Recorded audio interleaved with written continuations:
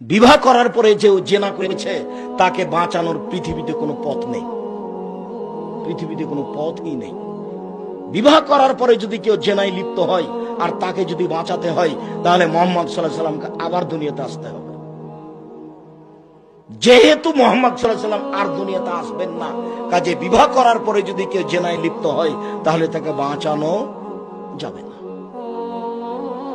বিচার হলো না, আল্লাহর কাছে ক্ষমা চাচ্ছে, ক্ষমা হতে পারে, এ তো আল্লাহর সাথে জড়িত পাপ, ক্ষমা হবে ইনশাআল্লাহ। তবে আপনার পাপের অবস্থা হলো এই, জেনার পাপ মহা পাপ, জেনার শাস্তি মহা শাস্তি। এর পরেও রাসূল সাল্লাল্লাহু আলাইহি সাল্লাম বলছেন, কেউ যদি 1 টাকা সুদ খায়, 36 বার জেনা করে যত পাপ হবে, 1 টাকা সুদ খেলে তার চেয়ে বেশি পাপ হবে। আমি অনুবাদক, মুহাম্মদ সাল্লাল্লাহু আলাইহি সাল্লাম এই কথা আজ থেকে নিয়ে 1450 বছর পূর্বে বলেছেন। বিচার কি দিয়ে করবেন? এসব বাক্যের